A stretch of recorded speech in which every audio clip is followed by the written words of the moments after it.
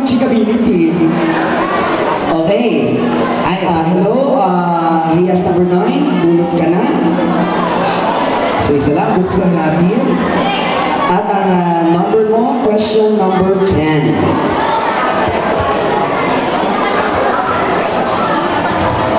Kailan mo masasabi na nakamit mo na ang tagumpay na iyong ninanais at bakit?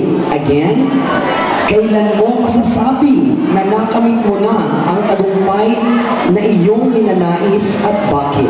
Thank you for that beautiful question. I want to give all of you a good evening.